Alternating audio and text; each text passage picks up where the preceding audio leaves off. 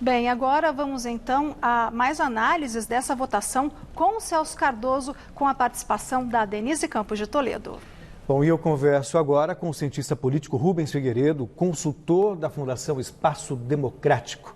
Boa noite, seja bem-vindo à Hora do Voto. Boa noite, Celso. Notícia fresquinha, né? Confirmação da vitória do Bruno Covas em São Paulo. Que interpretação o senhor faz desse resultado das eleições, considerando até a surpreendente campanha do Guilherme Boulos? Olha, todo candidato para ter sucesso eleitoral, ele precisa representar uma ideia. O Bruno Covas representava a ideia da continuidade de uma administração.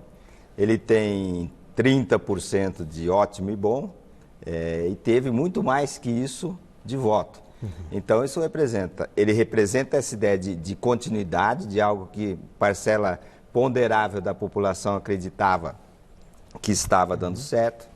E o Boulos realmente foi uma surpresa, ele canalizou os votos, o sentimento daquela parcela do eleitorado que queria mudança. O Boulos foi o que melhor representou a mudança nesse contexto. E no segundo turno se uniu ao PT e conseguiu também um bom número de votos. Nós conversamos há pouco com o presidente do PSOL e ele entende que, independentemente do resultado, o maior vencedor dessas eleições é justamente o Guilherme Boulos, apesar de ter perdido nas urnas.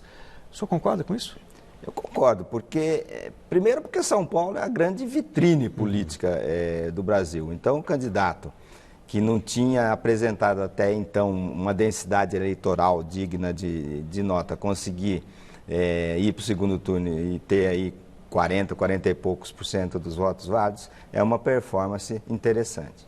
Convido agora para a conversa o Josias de Souza, que é comentarista de política do Jornal da Gazeta. Boa noite, Josias, seja bem-vindo.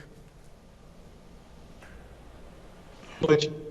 Professor, eu também acho que o Boulos, não sei se é o grande vitorioso, mas acho que ele foi uma grande novidade nessa eleição municipal desse ano de 2020. O que eu lhe perguntaria esta novidade pode se consolidar como uma alternativa à hegemonia que o PT pretende exercer sobre a esquerda, ou essa janela que foi aberta pode ser desperdiçada pelo PSOL? Qual é, sob esse ponto de vista, de uma alternativa ao PT, à hegemonia do Lula, no longo prazo, o que é que isso pode significar para o PT, essa ascensão do Guilherme Boulos?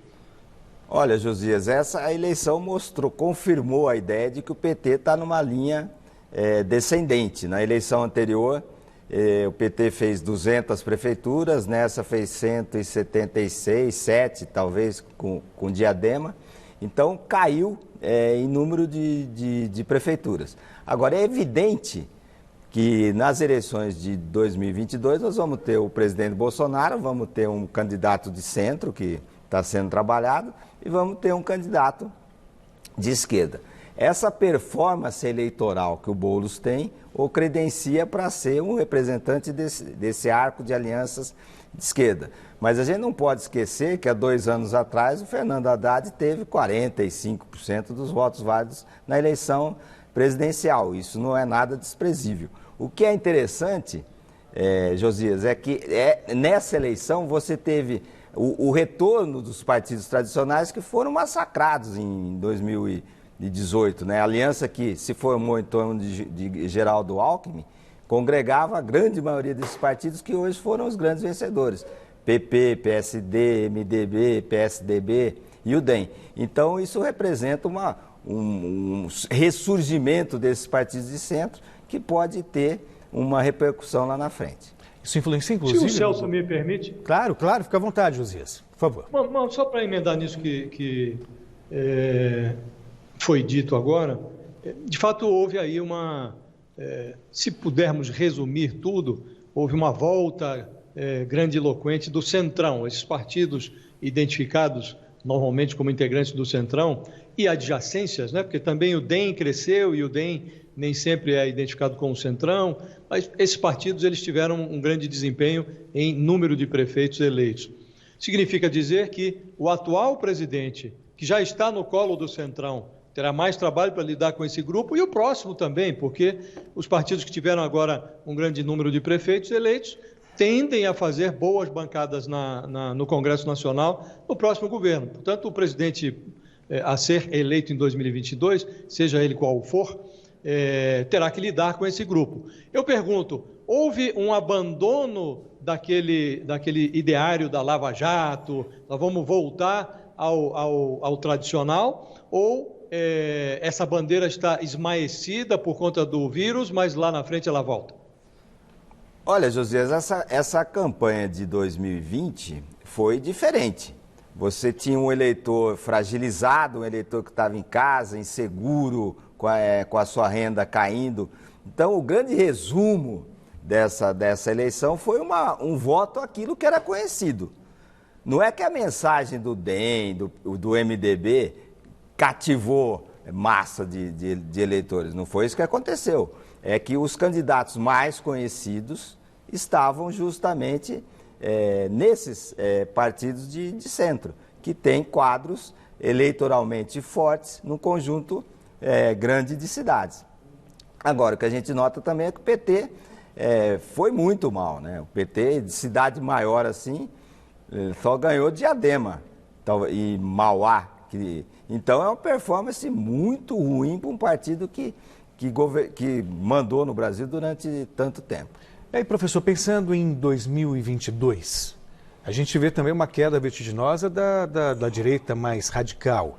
E aí um crescimento de um partido como o PSOL, que está ocupando o espaço que já foi do PT. O que a gente pode esperar? A polarização perdeu força ou até 2022 tem muita coisa ainda para acontecer? 2 anos no Brasil representam uma eternidade.